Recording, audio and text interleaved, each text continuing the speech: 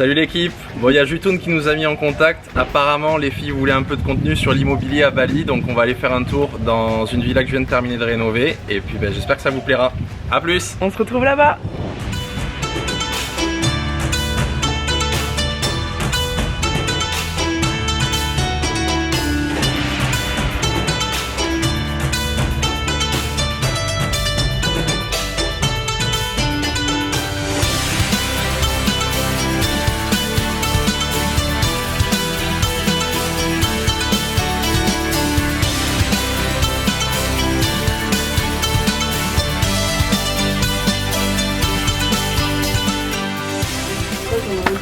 Oula. Joli. Elle est magnifique cette villa. Ouais. C'est beau hein. Un petit peu. Et bien donc on est dans ce projet de rénovation. Est-ce que tu veux nous expliquer un petit peu comment ça s'est fait, comment est-ce que tu l'as trouvé sur le marché, comment ça s'est déroulé? Alors je vivais en Australie pendant un an en 2015. Après avoir vécu un an en Australie, je suis venu à Canggu. Et en fait j'ai loué cette maison et c'était une guest house. Et quand je suis revenu pendant le Corona, c'était la fin du lease des anciens propriétaires. Et je savais qu'il y avait un gros potentiel. Que Canggu, cette partie-là se développait à fond et le propriétaire du terrain avait besoin d'argent rapidement, donc on a négocié, on a trouvé une manière de dealer qui nous allait à tous les deux et voilà, du coup let's go quoi. Et 8 mois après, on a quasiment terminé la réno, il manque les clims à mettre, il manque 2-3 détails. Et du coup, financièrement, ce projet, il a représenté quoi en termes de budget enfin, si on veut voir en termes de travaux, mais aussi alors là, on a fait une très bonne, c'était une très bonne opportunité financière, dans le sens où la maison, en tout pour les 20 ans, elle nous a coûté 230 000, avec la rénovation, avec les meubles, avec tout. Okay. Et aujourd'hui, on peut la revendre entre 500 et 600. Parce que ça a explosé, parce que depuis la réouverture, voilà, Canggu c'est full. C'est une 5 chambres, ça correspond bien pour des personnes qui veulent être en plein centre de Canggu, mais qui veulent aussi en même temps pouvoir bosser, être chez eux. Donc ouais, là on a fait un gros coup. Donc là on est dans le salon, vous entendez du bruit à droite à gauche parce qu'il y a encore des travaux. Donc piscine, jacuzzi. Cette chambre-là n'a pas accès directement sur la salle de bain, mais elle a une salle de bain au bout du couloir. Les deux chambres qui sont derrière, là, c'est des chambres avec salle d'eau privative chacune.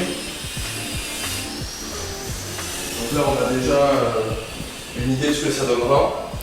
Et le mobilier, vous l'avez acheté tel quel ou vous l'avez fait faire ou... Le mobilier pour la faire au mobilier. Et il y aura encore des leçons pour les prochaines fois. On sait déjà. Yeah, you can sit here. Donc ici, tu vois, la très mauvaise idée aussi, c'est pareil. Ça fait chaud. Ouais. Donc on va rajouter quelque chose par-dessus. Ouais. Ouais. C'est très joli, hein, mais c'est vrai que ça fait... Bon, du coup, il y a un mobilier aussi qu'on retrouve beaucoup dans toutes les villas à Bali. Beaucoup de bois. Ouais. Des grandes ouvertures aussi pour voir les extérieurs, la verdure. Welcome to Canggu, ça ne s'arrête jamais de construire, donc forcément il y a toujours des bruits de construction. Donc on se retrouve aujourd'hui à Bali avec Hugo. Hugo qui a été super cool et qui a accepté de montrer son dernier projet. Parle-nous de toi Hugo, explique-nous qui tu es, qu'est-ce que tu fais. Salut les filles. Bon alors moi la première fois que je suis venu à Bali c'était il y a 10 ans pour un stage et j'ai kiffé de fou. J'ai vu comment ça s'est développé. Donc il y a 2 ans pendant la pandémie j'ai déménagé ici parce que la qualité de vie est vraiment bien. Avant j'étais en Estonie où il n'y a pas d'impôts, très peu d'impôts. Mais ici, il y a un petit peu d'impôts, mais la qualité de vie est bien meilleure. Il y a du soleil, il y a des entrepreneurs de haut niveau, il y a des gens qui sont très intéressants. Et surtout, d'un point de vue immobilier, ça se développe de ouf. Donc c'est pour ça que vous entendez du bruit, parce qu'il y a toujours des constructions à droite à gauche. Donc là, je viens de terminer une rénovation sur cette maison. On a pris un lease de 21 ans. Donc on a mis 8 mois à faire les travaux, principalement des achats-reventes. avec peut-être des fois un peu de location entre l'achat et la revente. Et je garde des petits investissements en France tranquille, mais c'est pas sur ça que je vis, quoi. C'est, on va dire vraiment les investissements en France, c'est plus du capital long terme. Tu gardes un patrimoine là-bas, mais par contre les nouveaux projets tu les fais que ici, voilà. Tu fais plus rien là-bas. En gros le but c'est je kiffe ici, j'entreprends ici, et si jamais un jour ça se passe mal ici, au moins je rentre en France, j'ai quand même une certaine stabilité. C'est quand même quelque chose, oui. Les sociétés, après tu en as ouvert ici pour tout ce qui est donc la construction, la réno, etc.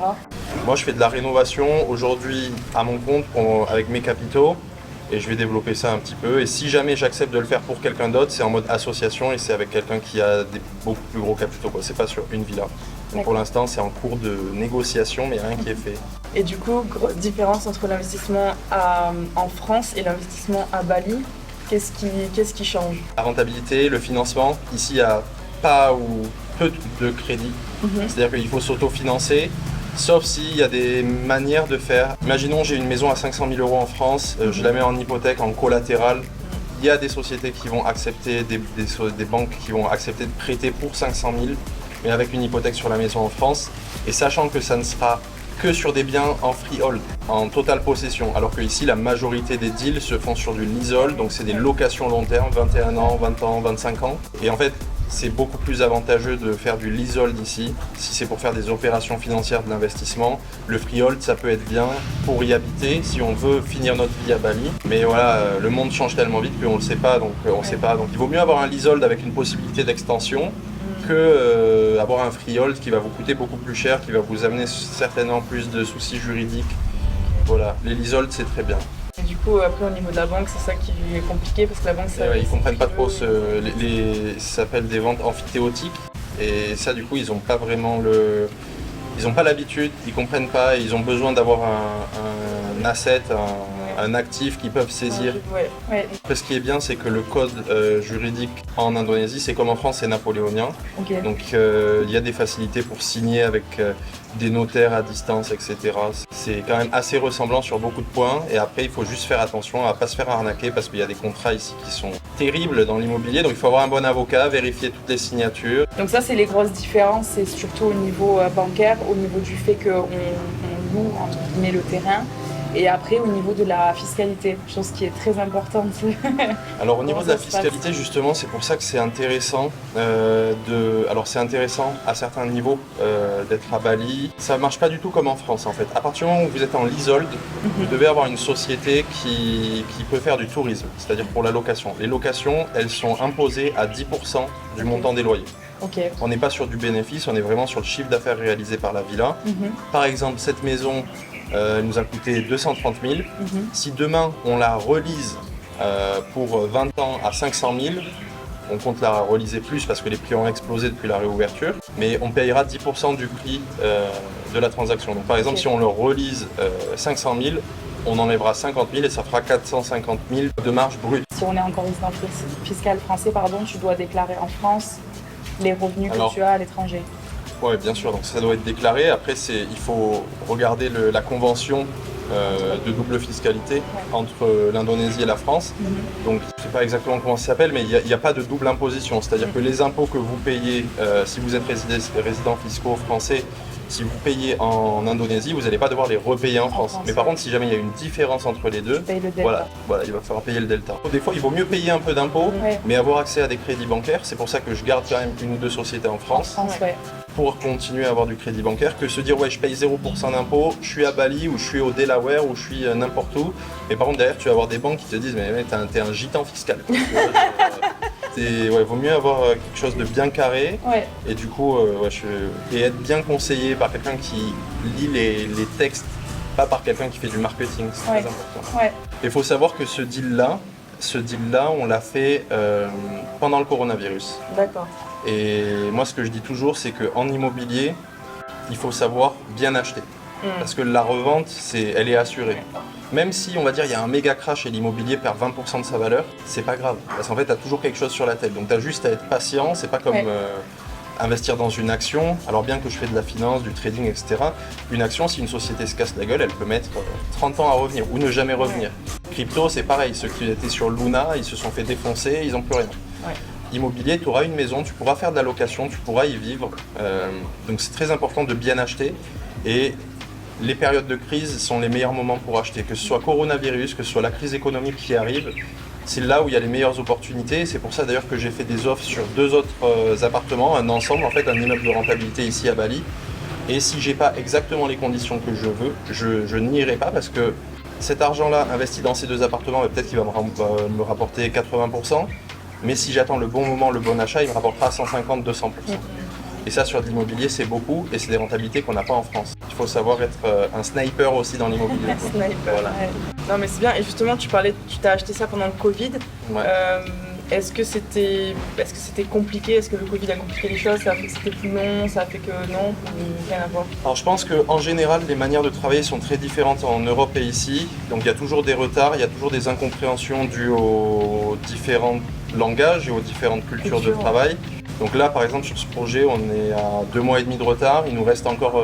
voilà, le jour de la cérémonie, l'architecte arrive et nous dit « Ah, j'ai fait une erreur pour les clims, les trous sont mal faits, il va falloir les refaire et repeindre. » Super. Voilà, ça rajoute 1 mois, quoi, mais on n'est pas à ça près. Il faut être patient et on peut quand même profiter de la piscine, donc c'est pas grave, on attendra pour la clim.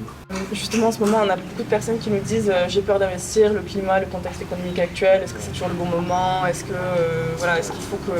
Qu'est-ce que tu penses de tout ça? Je pense que les peurs, déjà, elles sont faites pour être affrontées. Et en plus, là, c'est une peur qui ne vient non pas de la connaissance, mais qui vient de l'ignorance. C'est-à-dire qu'ils ont peur parce qu'ils ne connaissent pas. Il suffit juste de comprendre un minimum les dynamiques économiques qu'il y a en ce moment. Regardez, depuis 6 mois, l'euro a perdu 20% de sa valeur. Par-dessus ça, il y a l'inflation. Donc, sans investir, vous êtes déjà à moins 30% sur votre capital. Vous devez rester en France. Et de plus en plus, ça va être très compliqué pour les Européens qui ne comprennent pas ça de voyager. Parce que leur voyage va devenir de plus en plus cher. Aller n'importe où en dehors de l'Union Européenne, ça va leur coûter un bras. C'est très important de se diversifier. Je ne dis pas de quitter totalement ces pays, mais au moins d'avoir un pied à l'extérieur, que si jamais ça tourne très mal... Il y a une sécurité. Et du coup, comment tu conseilles aux gens d'accéder à ces connaissances? Parce qu'on parlait d'ignorance tout à l'heure. Comment est-ce que tu conseilles aux gens de se former là-dessus, d'accéder à ce genre de connaissances pour pouvoir limiter les risques et se diversifier? Formez-vous. Entourez-vous de personnes qui sont là où vous voulez être demain. Ouais, et puis après, c'est simple, hein, si tu traînes avec 5 génies qui regardent tes PMP tous les soirs, tu vas pas aller bien loin. Par contre, si tu traînes avec 5 personnes qui se forment un peu tous les jours, qui investissent, qui ont faim, qui regardent du contenu, tu vois, qui les éveillent en fait. En fait, le seul truc, c'est garde ton cerveau éveillé, tu vois, ne l'endors pas parce que eux, ils veulent que tu t'endormes. Il y a beaucoup d'endormis. Prends du Red Bull, fais ce que tu veux, mais ouais, t'endors pas. Faut pas dormir. Donc là, on est sur le scoot. On sort de la visite de la villa et on va se poser à la Brisa. La Brisa qui est un club de plage à Canggu. On n'entend rien. Il y a du trafic partout. Non mais je disais, on sort de la visite de la villa. La villa est franchement incroyable. Et là, on est en route pour aller à la Brisa dans un club de plage qui est à littéralement 3 minutes de la villa. Donc la villa, elle est super bien placée. Et on va se poser, prendre un petit café, profiter de la plage. Allez, bisous.